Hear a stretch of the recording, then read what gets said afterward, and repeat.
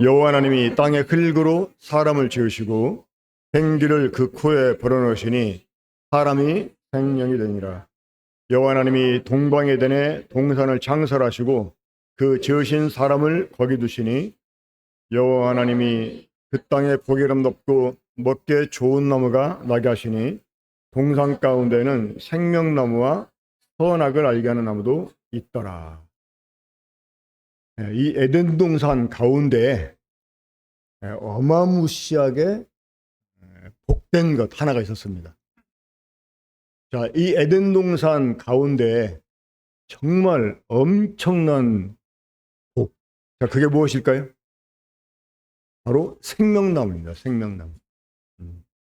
그 어느 그 장로 모임에 가서 제가 이제 말씀을 전할 기회가 있었는데 그때 이제 이 구절을 읽고 제가 거기 계신 분들한테 한 가지 질문을 드렸습니다. 자, 에덴 동산 중앙에 생명나무와 선악을 알게 하는 두 나무가 있었는데, 자, 이 두 나무 중에 어떤 나무가 더 중요한 나무라고 생각하십니까? 그러니까 거의 모두 생명나무라고 대답을 했습니다. 자, 여러분들 어떻게 생각하세요?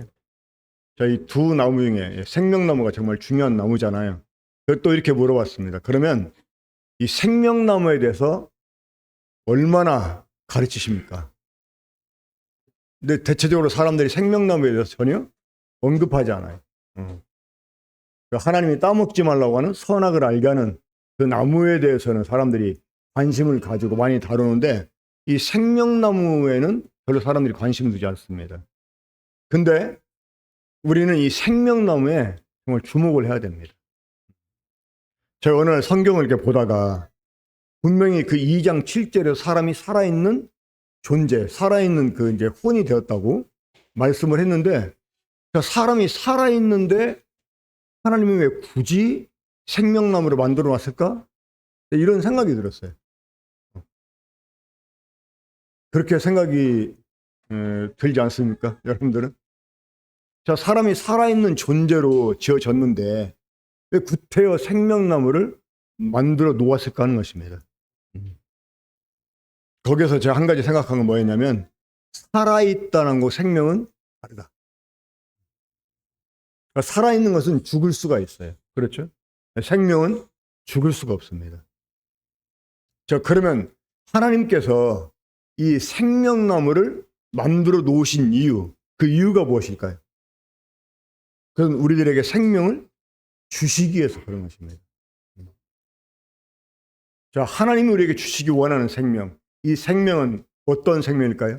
자, 이 생명을 그래 다른 말로 영생이라고 말합니다. 우리 3장 22절 말씀 보겠습니다.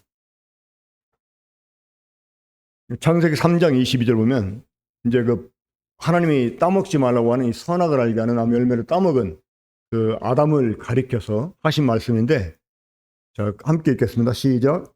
여호와 하나님이 이르시되 보라 이 사람이 선악을 아는 일에 우리 중 하나같이 되었으니 그가 그의 손을 들어 생명나무 열매도 따먹고 영생을 까노라 하시고. 자, 이 생명나무 열매를 따먹으면 어떻게 돼요? 영생을 얻게 됩니다. 영생을. 그러니까 이 생명나무를 만들어 놓으신 이유는 우리에게 생명을 주시기 위함이고, 그렇죠? 자, 이 생명을 다른 말로 영생이라고 말한다는 거예요. 자, 그러면 영생이 뭘까요? 영생. 참 애석하게도 오늘날 많은 사람들이요, 영생을 시간적인 개념으로 생각을 해요. 시간적인 개념으로. 영생이 뭡니까? 그럼 영원한 생명이요. 영원한 생명이 뭡니까? 그러면 죽지 않고 영원히 사는 거라고 대답을 합니다. 근데 성경에서 말씀하는 영생은 그런 시간적인 개념일 것이 아닙니다. 영생이 뭐냐? 영생은 바로 하나님의 생명이에요. 성경에서 말씀하는 영생은 하나님의 생명을 일으킵니다. 그러니까 하나님께서 이 생명나무를 만들어 놓으신 것은 사람들에게 생명을 주시기 위해서. 어떤 생명을? 바로 하나님의 생명을 주시기 위해서 만들어 놓으신 거예요. 그러니까 하나님은 사람이 아무리 그 하나님의 형상대로 창조가 됐다 할지라도 사람이 그런 피조물인 상태로 그대로 존재하기를 원하지 않았어요. 하나님은 사람들에게 하나님의 생명을 주시길 원했습니다. 실제로 하나님처럼 되기를 원했습니다.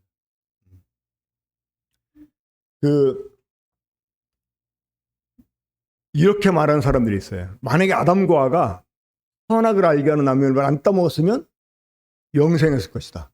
어때요? 맞아요? 틀려요? 만약에 아담과 하와가 선악과를 안 따먹었어요. 그럼 영생할까요? 못할까요?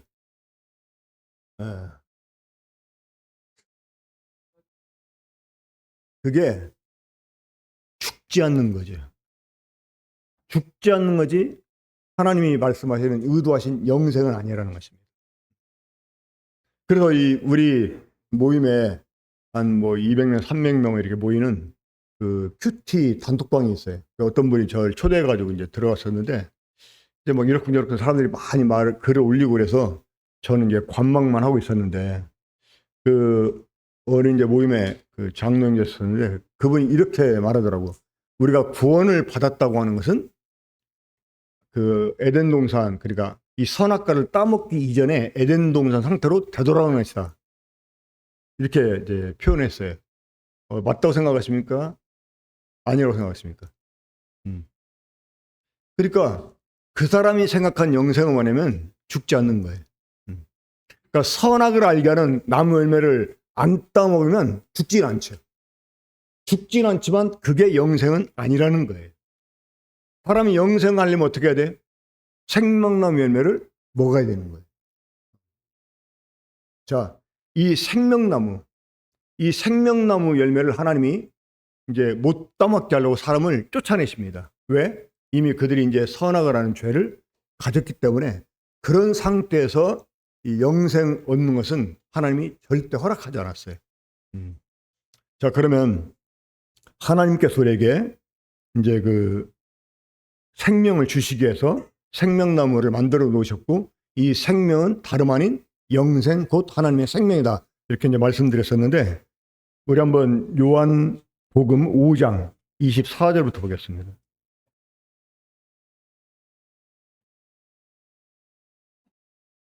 자, 제가 오늘 이게 지금 이 시간에 드리려고 하는 말씀께는 영생은 하나님의 생명이다 하는 것입니다. 영생은 하나님의 생명이다. 자, 요한복음 5장 24절부터 26절까지 보겠습니다. 함께 읽겠습니다. 시작. 내가 진실로 진실로 너에게 이르노니 내 말을 듣고 또 나 보내신 이를 믿는 자는 영생을 얻었고 심판에 이르지 아니하나니 사망에서 생명으로 옮겼느니라.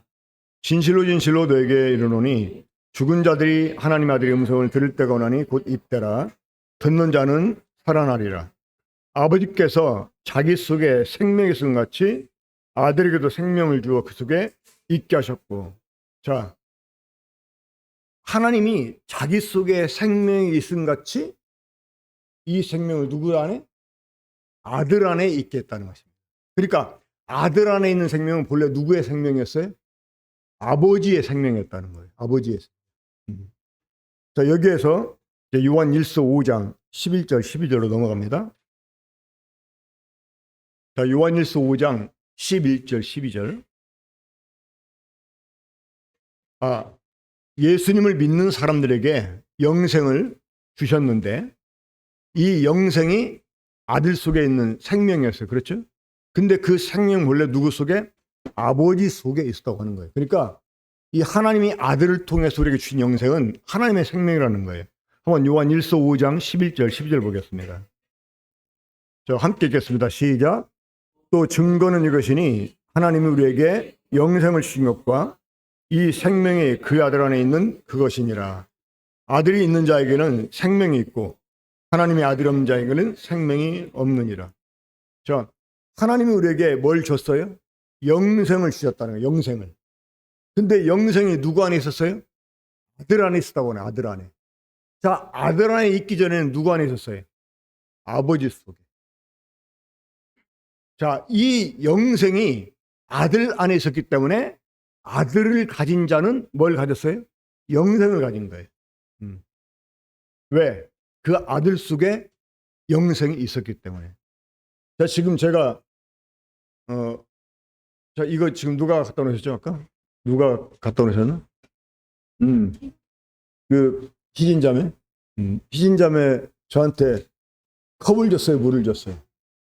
어? 자, 희진자매가 저한테 물을 줬습니까? 컵을 줬습니까? 네. 요한일서 5장 11절 12절 말씀대로 하면 물을 줬는데 어떻게? 컵 안에 담아서. 그렇죠. 또 증거는 이것이니 희진자매가 저한테 물을 줬다는 거야. 근데 이 물이 컵 안에 있었다고 하는 거예요. 그러니까 이 컵을 가진 자는 물을 가진 거야. 이해가 되십니까? 그러니까 하나님 우리에게 영생을 주셨는데 어떻게? 아들 속에 담아서 주셨다는 거예요.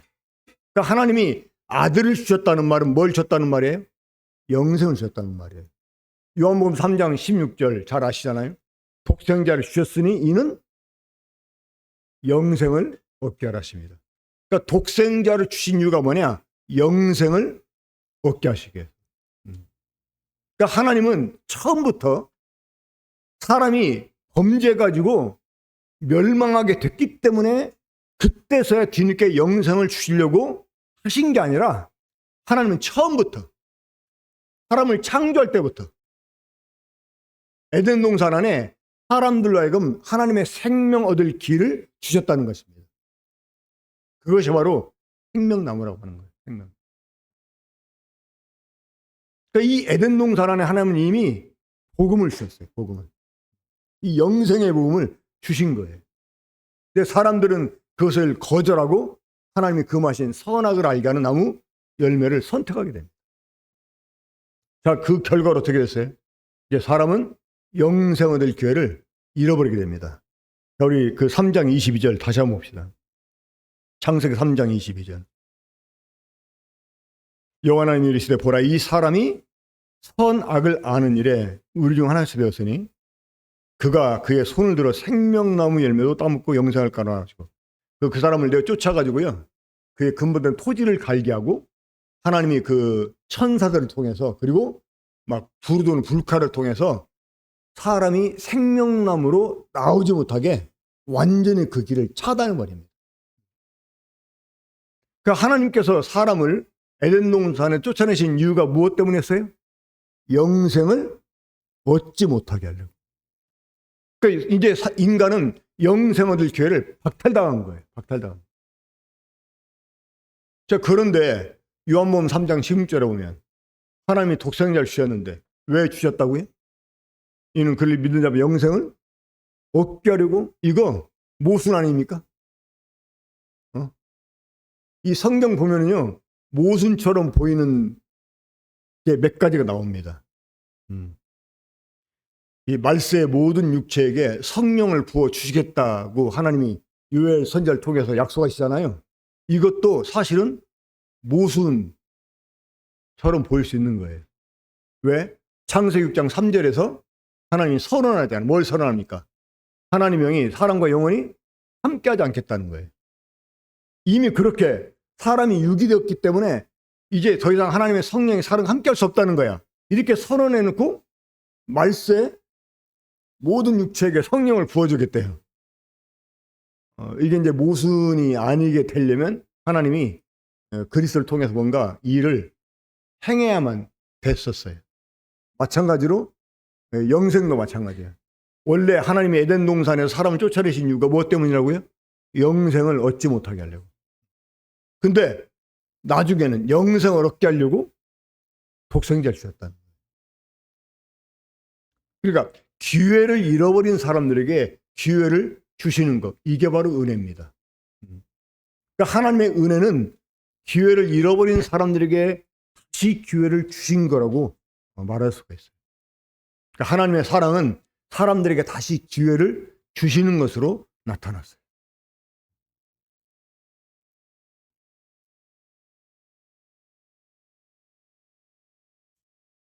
자, 우리 요한복음 1장 4절 봅시다.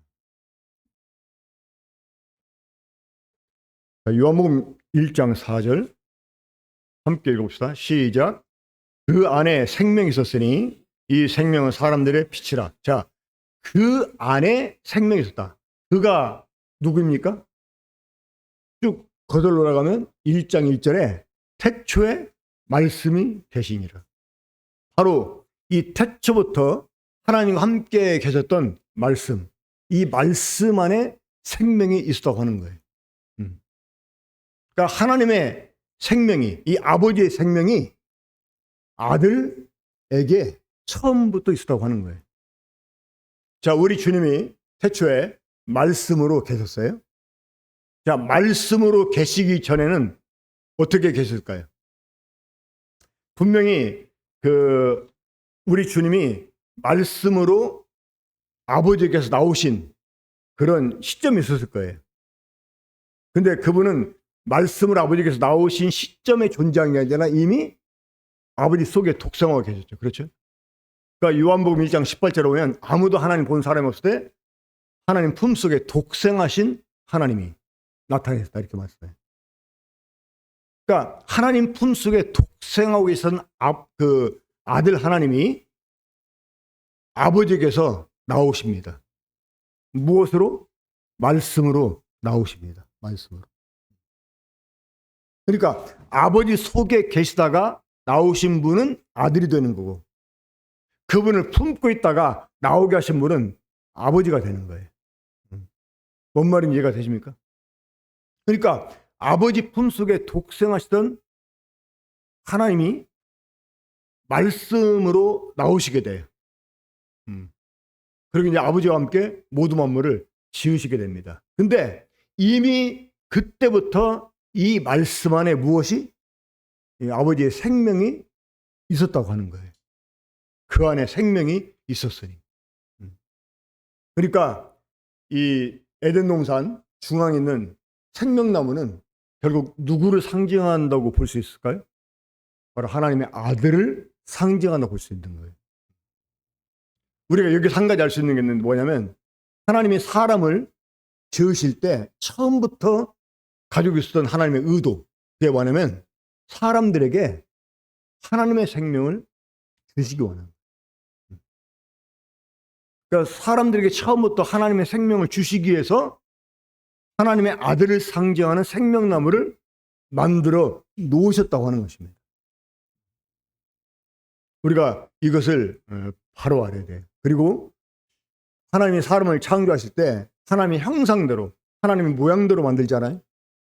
그 이유가 무엇 때문이었을까요? 하나님처럼 되게 하려고 그러하신 것입니다. 하나님처럼 되게 하려고. 그래서 정말 하나님의 생명을 얻어서 정말 하나님처럼 되게 하려고 사람을 하나님 형상대로 지으신 거예요. 이 전도할 때 보면, 가끔 어떤 다른 사람 전도할 때 보면 그 사람의 죄에 대해서 얘기할 때 이런 식으로 말하는 사람이 있어요. 마귀가 지가 막 하나님보다 막 이제 뭐 하나님처럼 자기를 막 높이려고 하다가 이제 실패해가지고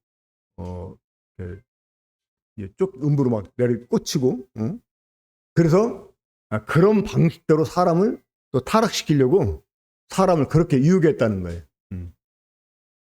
하나님처럼 막 되게 하려고 하는 이러한 유혹을 했다는 거예요.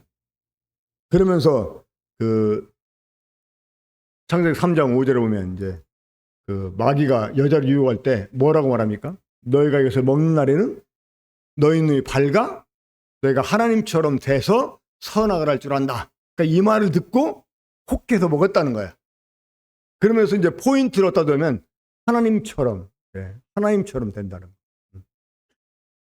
근데 우리가 이 부분도 좀 주의 있게 살펴볼 필요가 있어요. 자, 선악을 알게 하는 나무 열매를 따먹은 아담을 보고 하나님이 뭐라고 말씀했습니까? 이 사람이 선악을 아는 일에 우리 중 하나같이 되었다 이렇게 말했어요. 그러니까 선악을 아는 일에 하나님처럼 되었다 이렇게 말했어요. 근데 마귀는 뭐라고 말했어요? 마귀는 너희가 이것을 먹는 날에는 너희 눈이 밝아져 너희가 하나님처럼 돼서 선악을 안다 이렇게 말했어요. 이게 같은 말일까요? 다른 말일까요? 지금 제가 뭔 말하는지 이해가 안. 그러니까 마귀는 뭐라고 말했냐면 너희가 이것을 따먹잖아? 그럼 너희 눈이 밝아져가지고 너희가 하나님처럼 될 거야. 그리고 선악을 알까 이렇게 말했어요. 그러니까 하나님처럼 돼서 선악을 안다 이렇게 말했어요. 마귀는. 근데 이제 하나님 뭐라고 말씀했어요? 선악을 아는 일에 하나님처럼 된다 이렇게 말했어요. 자, 13살 먹은 남자애가 성이 돼서 여자를 알게 됐어요. 나쁜 거예요? 괜찮은 거예요? 괜찮잖아요. 근데 13살밖에 안 된 남자애가 여자를 아는 일에 어른같이 돼버렸어요. 이거 괜찮아요? 나쁜 거예요? 나쁜 정도가 아니지. 응? 자, 같은 거예요. 그러니까 하나님처럼 돼서 선악을 안다. 그러면 좋은 거예요, 사실은. 하나님처럼 돼서 선악을 알게 된다면 정확히 알게 될 거 아니야. 그렇죠? 오히려 하나님이 그러면 그거 먹으라고 했을 거예요. 먹으라고. 근데 그 열매를 먹게 되면 하나님처럼 돼서 선악을 아는 게 아니고 선악을 아는 일에만 하나님처럼 되는 거예요. 그러니까 어른이 돼서 여자를 알게 된 게 아니고 여자를 아는 일에 어른처럼 돼버린 거예요. 그러니까 하나님처럼 되지 못한 게 지가 하나님인 양 선악을 지 마음대로 구분하는 거예요. 아, 이거는 선하네, 이건 악하네 이렇게 자기한테 그 기준을 두고. 그게 죄입니다. 그게 죄야. 그러니까 하나님처럼 되는 게 문제가 아닌 거예요. 사람이 하나님처럼 되게 하려고 하나님 형상대로 지은 거예요, 사실은. 그리고 하나님의 생명을 주시기 원했어요, 처음부터 하나님은. 그러니까 이 하나님의 아들은 우리가 죄를 지었기 때문에 필요한 분이 아닙니다. 이분은 처음부터 우리한테 필요한 분이었어요. 그러니까 하나님은 우리에게 하나님의 생명 주기 원했는데 누구를 통해서? 아들을 통해서 주시기 원했다는 거예요. 처음부터. 바로 이 생명나무는 하나님의 아들을 상징하는 나무인 것입니다. 자, 사실 구원이라는 거, 한동안 그 우리 모임에서 막 이 구원 얘기가 참 많이 나온 때가 있었어요.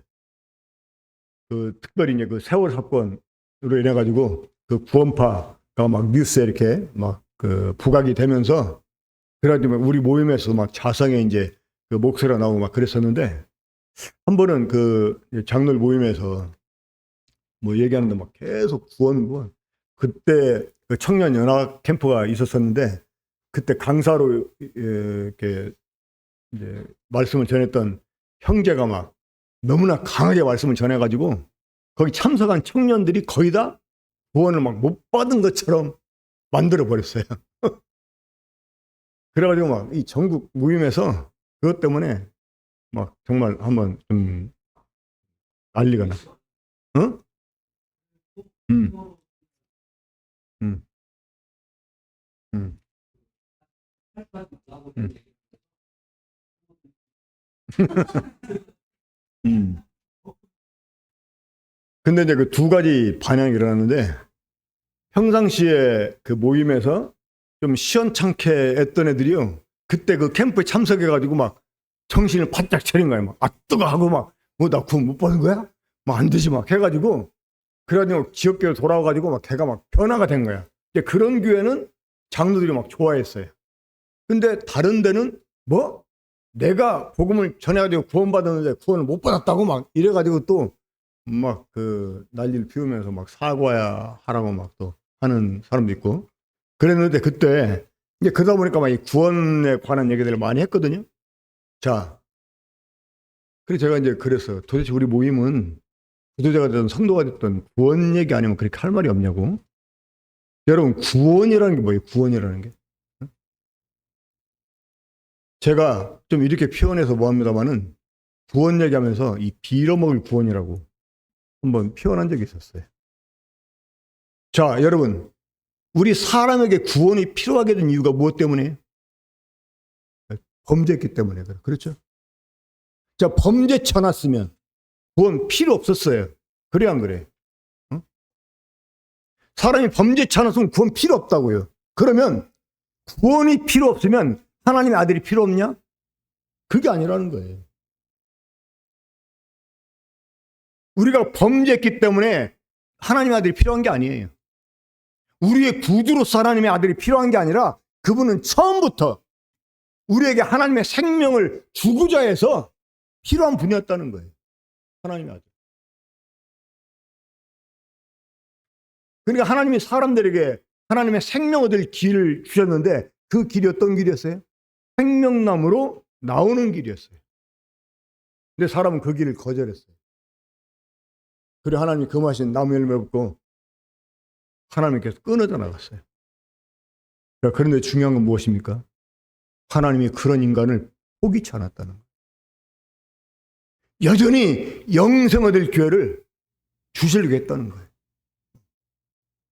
영생을 얻지 못하게 하겠다고 쫓아냈지만 하나님은 여전히 사람들에게 영생 얻을 길을 주시려고 했다는 거예요. 그래서 하신 일이 어떤 일이었습니까? 바로 이 생명나무가 사람의 아들로 오신 거예요. 생명나무. 예수님이 오신 것은 여러분 죄사함이 목적이 아닙니다. 죄사함은 영생을 얻는데 장애가 되는 것을 처리하기 위해서 필요한 일이었어요. 그죠? 독생자를 주신 이유가 무엇 때문이었어요? 영생을 얻게 하려고. 그것을 위해서 죄 문제를 해결해 주신 거예요. 이 죄가 문제가 아니고 죄사함이 문제가 아니고 구원이 문제가 아니고 진짜는 영생 얻는 게 주된 문제라는 것입니다. 여러분. 그 일을 위해서 처음부터 아들은 우리에게 필요한 분이었다고 하는 거예요. 그분이 사람의 아들이 돼서 예수가 되시고 그분이 그리스도로 오셔서 우리들의 죄를 처리한, 물론 지금 우리는 죄인이니까 우리는 구원이 필요한 죄인들이니까 이 구주가 필요해요. 하지만 사람이 처음부터 범죄치 않았다면 우리 주님이 구주로 오실 필요가 없었잖아요. 그렇죠? 하지만 그럼에도 불구하고 뭡니까? 여전히 하나님의 아들 우리에게 필요한 분이었다고 하는 거예요. 왜? 하나님의 생명을 얻는 통로로서. 자, 그러면 여러분, 하나님께서 우리들에게 이 하나님의 생명을 주시는 이유가 무엇 때문일까요? 하나님이 우리 사람들에게 하나님의 생명을 주시는 이유. 그 이유는 바로 하나님의 아들들이 되게 하려고. 우리 하나님의 아들로 삼으시기 위해서 그런 것입니다. 한번 우리 요한복음 1장 지금 다 열려져 있죠? 계속 보겠습니다. 자, 태초에 말씀이 계셨죠? 이 말씀 안에 생명이 있었습니다. 그렇죠? 그리고 이 생명은 사람들을 비치는 이제 빛이다 이렇게 말씀하시면서 여러분 이 생명을 담고 있는 말씀이 세상에 오십니다. 세상에 오시는데 자, 우리 12절 보겠습니다. 영접하는 자 곧 그 이름을 믿는 자들에게는 하나님의 자녀가 되는 권세를 주셨으니 이는 혈통으로나 육정으로나 사람의 뜻으로 나지 아니고 오직 하나님께로부터 난 자들이니라. 자, 이 하나님의 생명을 담고 있는 말씀이 세상에 오셨어요. 그래서 그분을 받아들인 사람, 영접하는 자, 영접한다는 건 받아들였다는 말이잖아요. 그분을 받아들인 사람은 하나님의 자녀가 된대요. 하나님의 자녀가 되는 권세를 갖게 된대요. 자, 여러분, 하나님의 자녀가 되는 권세가 무엇일까요? 하나님의 자녀가 되는 권세. 이게 뭐냐면 상속권을 가리킵니다. 상속권. 하나님 우리에게 생명을 주시는 이유, 그거는 아들들이 되게 하려고. 우리를 아들들이 되게 하는 이유가 있어요. 그 이유가 뭐냐? 상속자가 되게 하려고. 제가 지금 영생에 대해서 말씀을 드리는 것은 이 상속자에 관한 말씀을 좀 드리고 싶어서 언급을 하고 있는 것입니다. 자, 이 예수 그리스도를 영접하는 자는 하나님의 자녀가 되는 권세를 갖는다고 하시면서 13절에서는요. 이런 사람은 하나님께로부터 난 자들이다 라고 말합니다. 하나님께로부터 난 자들. 이 거듭난다는 말이 이제 신약 성경에 세 군데 나옵니다. 근데 그게 이제 헬라어로 다 단어가 달라요. 그 한 번은 이제 중생이라고 우리말로는 번역을 했는데 이 거듭난다는 말이 요한복음 3장에 나와 있는 단어가 다르고 베드로전서 1장에 나오는 단어가 다르고 디도서 3장 5절 거기 이제 중생이라는 말이 있는데 이 원어가 다 달라요. 그러니까 요한복음 3장에 나와 있는 거듭남은 거듭나는 게 뭐냐 이걸 말해주기 위한 것이고, 그리고 베드로전서 1장 3절 그리고 23절에 나와 있는 이 거듭남은 어떻게 거듭나냐 하는 그 거듭남의 방법을 말입니다. 그리고 이제 그 디도서 3장 5절에 나와 있는 그 중생, 이 단어는 이 거듭남의 그 가치, 거듭난 사람의 어떤 가치를 이렇게 이제 보여주는 그런 단어예요. 자, 요한복음 3장에 나와 있는 거듭남은 안오된 겟나오라는 말이 사용됐어요. 한번 따라 한번 해볼까요? 안오된 겟나오. 다시 안오된 겟나오. 이 안오된이라는 뜻은 위에서부터라는 뜻이에요. 위에서부터. 위로부터. 그러니까 안오된 겟나오는 위에서부터 난다 그런 말입니다. 그러면 위에서부터 난다는 말은 위가 어디예요? 하늘. 그렇죠? 그러면 하늘부터 난다 이 말은 다른 말로 하면 누구한테서? 하나님에게서 태어난다 이런 말이에요. 그러니까 거듭나는 게 뭐냐? 하나님에게서 태어나는 거예요. 하나님에게서. 그러면 하나님에게서 태어나는 방법이 뭐예요?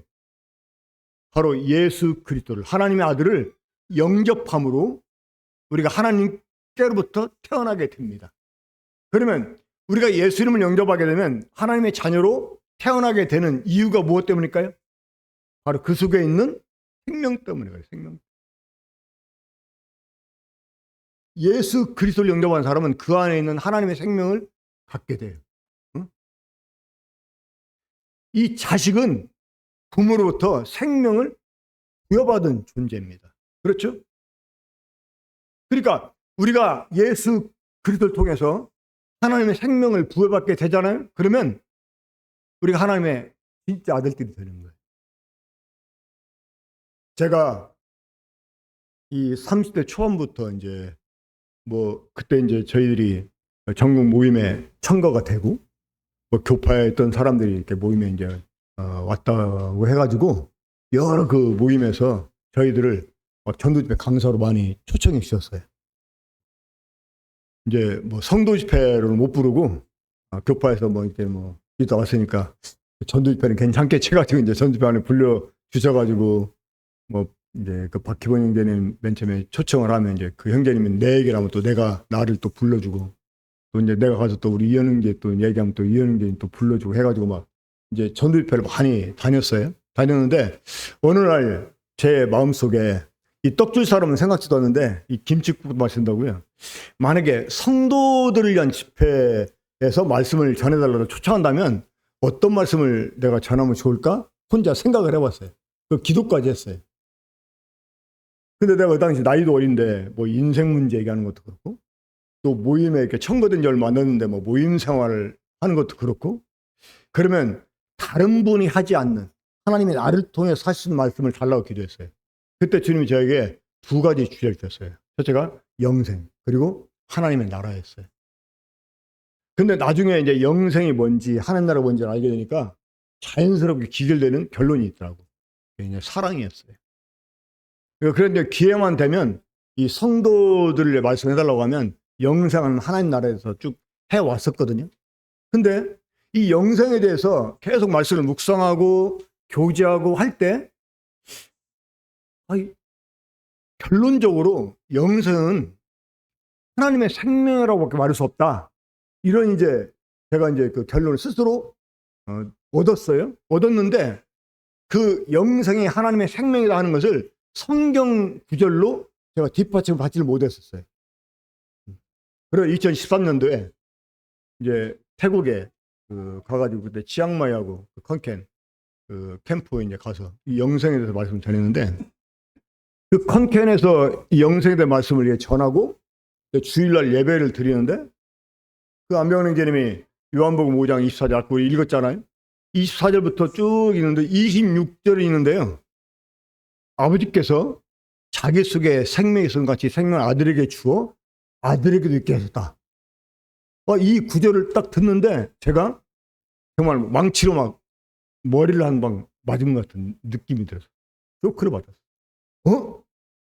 영생이 하나님의 생명이라는 게 여기에 있었구나. 응?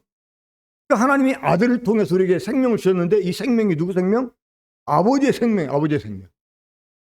근데 그때부터 저한테 어떤 일이 일어나냐면 지금도 그 생각하니까 막 온몸에 닭살이 돋는데요. 이제 그 이후부터 막 잠을 자려고 하다가도 이 말씀이 떠오르면 정말 막 너무나 막 흥분이 돼가지고 잠을 잘 수 없는 거예요. 막 일어나서 막 정말 덩실덩실 막 춤을 추고 싶고 막 그래. 사랑하는 여러분, 영생이 누구 생명이라고요? 하나님의 생명이에요. 여러분, 우리가 영생 얻었다는 말은 하나님의 생명 얻었다는 말이에요. 자, 우리가 어떤 존재입니까? 우리는 흙덩어리잖아. 그죠? 이런 흙덩어리 속에 하나님이요. 하나님의 생명을 주셨다는 거예요. 하나님의 독생자 속에 있는 똑같은 하나님의 생명을 우리에게 주셨다는 거예요. 막 전율이 돋지 않나요? 별로 막 감동이 안 되는 것 같아요. 저는 이 생각이 딱 미쳤을 때요. 막 정말 온몸이 막 전율이 나고 막 닭살이 돋고 막 침대에 누워서 이 생각을 하는데 막 벌떡 막 일어나고 싶고 이게 정말 보통 일이 아니잖아요. 어? 하나님의 생명이 우리 속에 있대. 하나님의 생명. 그러니까 하나님 우리한테 아들이라고 하는 거예요. 너 내 아들 믿었냐? 그래야? 그럼 이제 나한테 아버지라고 그래야? 너 아들이라고 해줄게. 그렇게 해서 하나님과 우리가 관계를 맺은 게 아니라는 거예요. 하나님이 독생자에게 주신 아버지의 생명을 똑같은 생명을 우리에게 주셨다는 거예요. 그러니까 우리가 진짜 하나님의 아들인 거예요. 여러분, 이게 거듭나는 것입니다. 우리가 하나님께로부터 태어난 사람이 된 거예요. 우리에게 하나님이 생명을 주신 이유가 뭐냐? 아까도 말씀드렸잖아요. 아들이 되게 하려고. 그럼 아들 되게 하신 이유가 뭘까요? 상속자가 되게 하려고. 그래서 로마서 8장 16절 보시면 보겠습니다.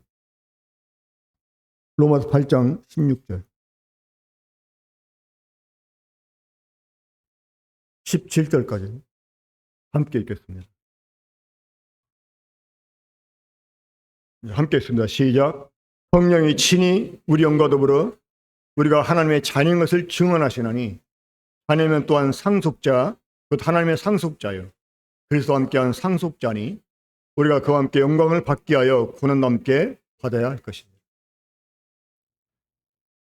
이 성령을 우리에게 주셨다는 것도요. 사실 이게 지금 평범한 이런 정신학도로 받을 만한 말씀이 아닙니다. 진짜. 이 성령은 누구의 영입니까? 하나님의 영이에요. 하나님만 소유한 영이라는 거예요. 근데 이 성령을 하나님이 우리에게 주셨어요. 우리를 지금 하나님이 우리를 어떤 취급하고 있다는 거예요? 하나님 취급하고 있다는 거예요. 하나님만 소유한 하나님의 영을 우리에게 주셨다는 거예요. 이게 보통 일이냐고. 이게 여러분 교리가 아닙니다. 실체잖아요. 실제잖아요. 그렇죠? 하나님의 영이 우리 안에 계세요. 하나님만 소유한 영이 우리 안에 계세요. 하나님 우리를 하나님처럼 지금 대우하시는 것입니다. 그 성령이 내 영과 더불어 내가 하나님의 자녀라는 것을 증언하신다. 우리 진짜 하나님의 아들. 요한 1서 3장 2절 오면 이런 말씀이 있습니다. 보라, 지금은 우리가 하나님의 자녀라. 이 말이 사실은요, 감탄사에서 감탄. 이게 그냥 지금 제가 지금도 아까 밋밋하게 읽었는데 이게 막 흥분해가지고 야, 있잖아. 우리가 있잖아. 응? 진짜 우리가 진짜 하나님의 아들이에요. 야, 진짜 내가 하나님의 아들이야. 야, 막 그렇게 막 감탄해가지고 하는 말이에요. 그 말이. 하나님의 아들, 하나님의 생명, 하나님의 영. 이런 그 말들이, 이런 단어들이 우리가 평범하게 지금 받고 생각할 그런 성격이 아니라는. 그러면 우리가 하나님의 상속자가 나올 때 뭘 상속할까요? 바로 하나님의 나라를 상속하는 것입니다. 하나님 나라. 그러면 하나님 나라를 상속한다는 말은 무슨 의미일까요? 우리가 하나님 나라에 대해서 제대로 알려면 첫째는 하나님 나라가 무엇인가를 알아야 되고요. 두 번째는 하나님 나라가 나에게 무언가를 알아야 돼요. 하나님 나라가 뭐냐? 이거 하나님 나라가 나에게 뭐냐? 하나님 나라는 많은 사람들이 나중에 자기들이 들어가서 누리는 나라로 생각을 합니다. 하나님 나라는 여러분 성도한테는요 누리는 나라가 아니에요. 그럼 어떤 나라일까요? 누리게 하는 나라예요. 그 아까 말씀드렸잖아요. 이 하나님 나라는 어떤 상태라고요? 하나님이 자신의 모든 충만을 가지고 만물 가운데 들어와서 만물로 하여금 하나님의 전부를 누리게 하는 거예요. 근데 그 일을 누가 합니까? 교회가 한다는 거예요. 하나님이 그 일을 교회를 통해서 한다는 거예요. 그러니까 교회는 누리는 게 아니라 만물이 하나님의 충만을 누릴 수 있도록 해주는 거예요. 자, 뉴질랜드는 이 사회복지제도가 잘 돼가지고 내가 학교를 다니잖아요. 그러면 한 120, 30만 원 정도를 매달 나라에서 줍니다. 돈을. 근데 내가 집만 갖고 있으면 먹고 사는 데 지장이 없어요. 우리 제갈 형제? 네, 지금 애가 셋이잖아요. 늦으면 빨리 이민 가고 한 명 더 나자. 더 나면 4명 앞에 나오는 수당 가지고 먹고 살아요. 그러니까 자, 이제 이런 얘기하면 이제 사람들이 뭐하고 좋아하잖아요. 자, 그럼 여러분, 그런 수당을 받고 사는 사람하고 수당을 주는 사람하고 어떤 사람 되기를 원하세요? 이 뉴질랜드 부자들은 자기들이 세금을 많이 내는 거에 대해서 자부심을 갖는데요. 자기들이 내는 세금 때문에 이 가난한 사람이 먹고 사는 걸 보면서요, 자기들이 마치 영주, 그러니까 영주가 된 느낌을 받는다는 거예요. 그 영주가 소유한 땅에 평민들이 살면서 막 거기에서 빌붙어서 많이 소작도 하고 먹고 살잖아요. 그러니까 자기들이 내는 세금으로 가난한 사람이 산다고 하는 이것 때문에 긍지를 느낀다는 겁니다. 여러분, 하나님 나라는 성도한테 누리는 나라가 아니고 누리게 해주는 나라라는 거예요. 땅을 받아 누리는 사람이 아니라 그거를 주는 사람이 된다는 거예요. 교회가 먼저 하나님의 모든 충만을 소유해요. 교회가. 그것을 만물들에게 나누죠. 그래서 보세요. 18절부터. 생각한데 현재의 고난은 장차 우리에게 나타나는 영광과 비교할 수 없다. 자, 19절. 피조물이 고대하는 바는 하나님의 아들들이 나타나는 것이. 지금 모든 피조물이요, 이 교회가 완성되기를 바란다는 거예요. 교회가. 왜? 그래야 그래야 피조물들이 교회를 통해 하나님 모든 충만을 누릴 수 있게 되니까. 그러니까 우리가 하나님 나라에서 상속을 받는다.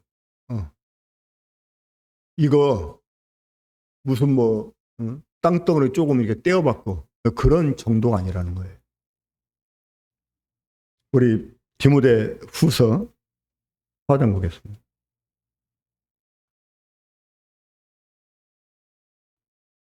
디모데 4장 8절 보시면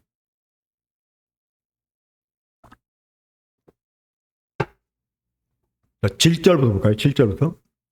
나는 선한 싸움을 싸우고 나의 달려갈 길을 마치고 믿음을 지켰으니 이제후로는 나를 위하여 의의 멸관이 예비되었으므로 주 곧 의로우신 재판장이 그날을 내게 주실 것이며 내게만 아니라 주의 나타나심을 사모하는 모든 자에게 도니라. 모든 자에게 도니라. 자, 사도 바울은 이렇게 고백을 했습니다. 근데 18절에서 또 이렇게 말합니다. 18절 함께 읽습니다. 시작. 주께서 나를 모든 악한 일에서 건져내시고 또 그의 천국에 들어가도록 구원하시리니 그에게 영광이 세세무궁토록 있어 있잖아. 18절 말씀을 만약에 우리가 일반적으로 나 구원받았다, 어? 나 천국 간다, 이런 개념으로 이 18절을 만약에 보잖아요? 그러면 너무나 어이없는 말이 됩니다. 이 디모데후서는 사도 바울이 죽음을 눈앞에 두고 쓴 마지막 편지예요. 이 편지를 쓰고 얼마 안 돼서 목뱀을 당하고 순교를 당합니다. 근데 이 죽음을 눈앞에 둔 사도가 그 쓴 편지 맨 마지막 부분에서 지금 그렇게 말하고 있는 거예요. 주께서 나를 모든 악한 일에서 건져내시고 그의 천국에 들어가도록 그의 천국에 들어가도록 구원하시리니. 예? 천국에 들어가도록 구원하시리니? 자, 이거 여기 천국 못 들어갈 사람 있어요?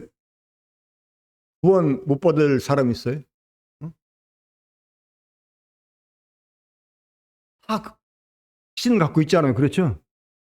근데 사도가 죽음을 눈앞에 두고 겨우 그런 고백을 했겠냐는 거예요. 어? 아까 4장 7절, 8절에서 이미 사도 바울 어땠어요? 의의 면류관이 자기를 기다린다고 말했잖아요. 그렇죠?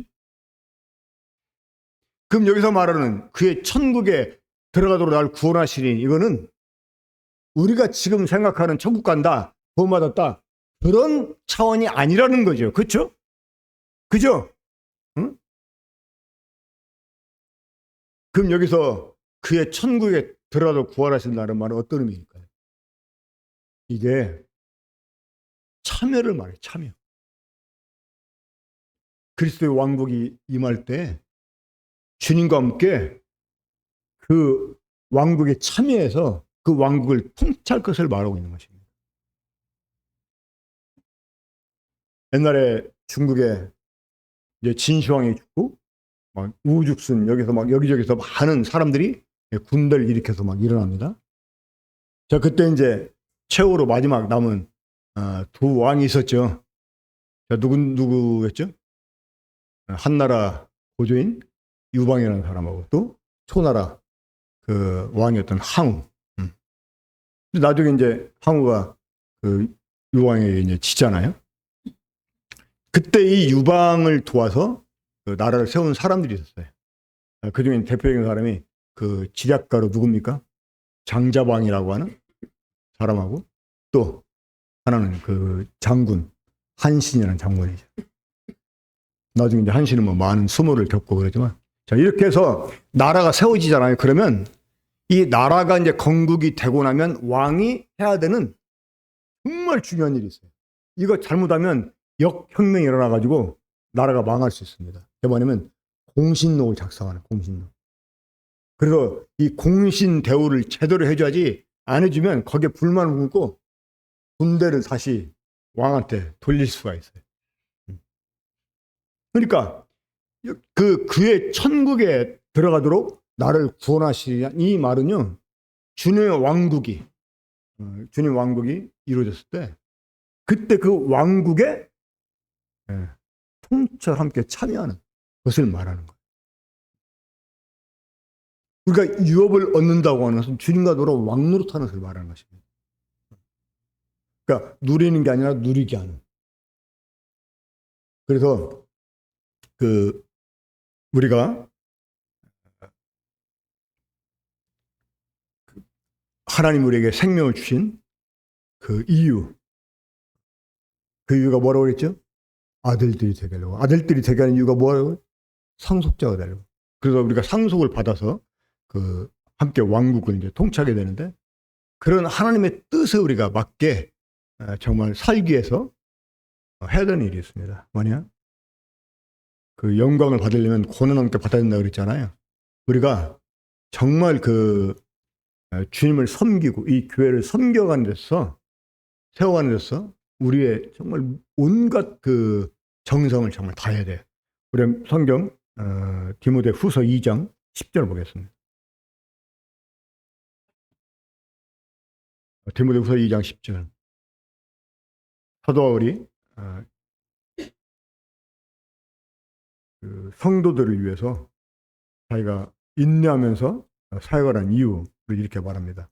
그러므로 내가 택함을 받은 자들을 위하여 모든 것을 참음은 그들도 그리스도 예수 안에 있는 구원을 무엇과 함께 영원한 영광과 함께 받게 하려 함이라. 그러니까 구원을 영원한 영광과 함께 받는 사람도 있고 또 어떤 사람은 부끄럽게 받는 사람도 있어요. 부끄럽게. 우리 고린도전서 3장 보겠습니다. 고린도전서 3장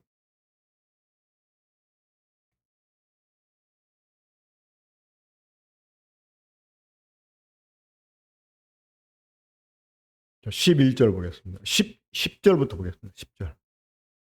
내게 주신 하나님의 은혜를 따라 내가 지혜로운 건축자와 같이 터를 닦아두매 다른 이가 그 위에 세우나 그러나 각각 어떻게 그 위에 세울까를 조심할지니라.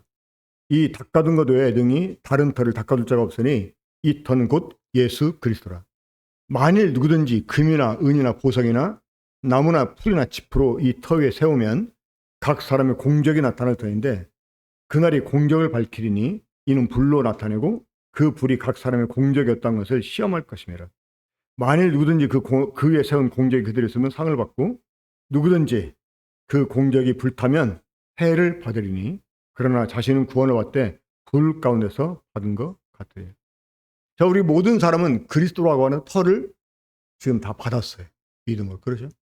자, 그 외에 우리가 우리의 집을 건축합니다. 거룩한 믿음 위에 너희 자신을 건축하라 하는 말씀이 유다서에 나오잖아요.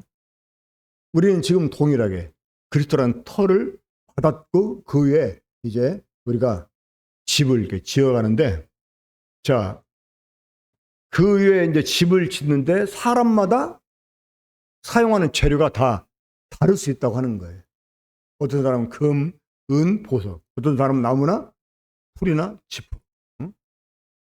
근데 우리가 그러니까 집을 짓기 위해서 사용한 그 재료들이 불로써 시험을 받는다는 거예요. 불로써. 그것이 그대로 남아있으면 상을 받지만 그 불타면 해를 받는다고. 여기서 말하는 해가요, 이 경제적인 손실을 당할 때 사용된 단어가 사용됐어요. 그러니까 지금 이 땅에 남겨진 우리들의 삶은요, 영원한 영광을 위한 기회예요. 근데 이 기회를 잘못 사용하면 우리는 영원한 손해를 보게 됩니다. 자, 금, 은, 보석, 나무, 풀, 집. 자, 이 6가지 재료로 이제 집을 세워놓고, 자, 그것을 이제 막 불타는 터널을 이제 이렇게 통과를 시킨다고 하면 가정합시다. 그러면 어떤 것만 남겠어요? 금은 보석만 남고 나머지는 다 불태워지겠죠. 자, 이 금은 보석이요, 갖고 있는 공통점이 있습니다. 이 불을 통과해도 남는 이 금은 보석이 갖고 있는 공통점이 있어요. 뭘까요? 이미 얘네들은 불을 통과한 것들이에요. 금을 만들어내려면, 정금 만들어내려면 불로 녹여야 돼. 그렇죠? 은도 마찬가지. 보석은 속에서 막 마그마가 끓어가지고 폭발하고 막 그 긴 세월 동안 어두운 그 동굴 속에서 막 묻혀있다가 발견되고 막 그러잖아요. 그리고 우리가 주님을 섬길 때 참 어렵다고 적당히 하는 것들. 이것들은 뭘까요? 나무고 뿌리고 짚인 거죠. 주님을 섬겨하는 데서, 교회를 섬겨하는 데서 성도를 서로 이렇게 세우고 용서하고 응답하고 하나님 지켜가고 하면서 이 하나님 나라를 위해 살아가는 데서 어려움이 와도 그것들을 견뎌내고 인내한 사람들은 금, 은, 보석으로 집을 세운 사람들이고, 그럴 때마다 불평하고 뛰쳐나가고 한가르고 다투고 막 이런 사람들은 이 나무나 짚이나 풀로 집을 세우는 사람들인 거죠. 사랑하는 여러분, 이 영생을 얻은 게 다가 아니고요. 우리가 상속자가 돼서 이제 하나님 나라를 상속받을 때 그게 정말 가장 중요한 건데, 그날에 우리가 정말 이렇게 실패자로 나타나지 않게 해서 하나님이 우리를 구원하여 주시고 생명을 주신 그 이유, 우리를 상속자로 삼으신 그 이유가 뭔지를 늘 이렇게 생각하고 그 뜻에 이렇게 합한 이런 삶을 우리가 헌신해야 됩니다. 그래야지만 그날에 우리들이 그 정말 이렇게 부끄러운 구원이 아니라 이 영광과 함께 넉넉한 구원을 받을 거라고 생각을 합니다. 성경은 그러한 그 믿음의 삶에 대해서 우리에게 가르칩니다. 근데 그냥 이제 뭐 죄사함 받았으니까, 구원 받았으니까, 뭐 천국 가니까, 이런 것은 진짜 좀 유치하다고도 말하기가 좀 그렇죠. 그건 교리적으로도 오히려 문제가 있는 것입니다. 창세기 3장 21절 보면 하나님이 아담과 하에게 가죽옷을 입혀 주시잖아요. 근데 그러고도 쫓아내셨어요. 왜 쫓아냈어요? 그들 속에 여전히 선악이라는 죄가 있었기 때문에 쫓아낸 거예요. 그 상태로 영생 얻지 못하고 쫓아낸 거예요. 사실 지금 사람 편에서는 죄 문제를 크게 여기는데 하나님은요, 죄 문제를 사실 전혀 문제 삼지 않았어요. 아담과 하가 죄 문제 해결해달라고 짐승 가져왔습니까? 아니에요. 하나님이 일방적으로 사람들이 죄 문제 해결해 주셨어요. 그래 안 그래? 하나님이 친히 재물을 준비하시고 일방적으로 사람의 죄를 다 대속해 주셨잖아요. 사람한테 죄 문제 가지고 이렇쿵저렇쿵 말씀하지 않았어요. 중요한 건 무엇일까요? 이 선악이라는 죄를 버리는 거예요. 돌이키는 거예요. 진짜 회개가 정말 중요한 겁니다. 그 선악이라는 죄를 버리고 하나님께 돌아오기를 하나님이 기다리신 거예요. 우리 사람 편에서 해야 될 일들이 있다고 하는 것입니다.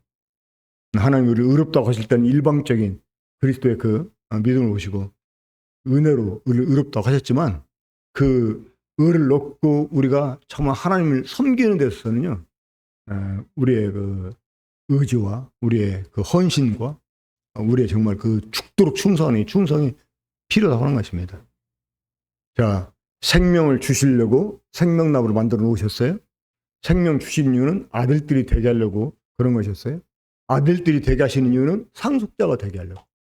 그 상속은 하나님 나라에 상속하는데 이게 단순히 뭐 좋은 데 가서 영원히 사는 그게 아니고 우리가 하나님과 함께 그 나라를 통치하는 것입니다.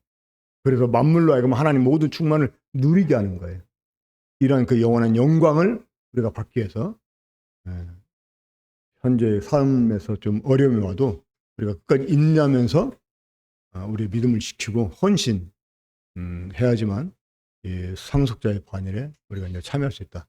이것을 바울이 꿈꾸고 계속 다름질을 해왔다고 하는 사실입니다. 단순히 얻은 그 구원이지만 이것이 얼마나 엄청난 것인지. 자, 한번 오늘 밤에 오늘 집에 돌아가셔서 주무시기 전에 한번 생각해 보세요. 지금 여러분 속에 하나님의 생명이 담겨져 있다고. 하나님의 독생자 속에 있는 똑같은 생명이 담겨져 있다는 거. 정말 자다가도 전율이 일어날 거라고 생각을 합니다. 기도가 마치겠습니다. 사랑하신 아버지 하나님,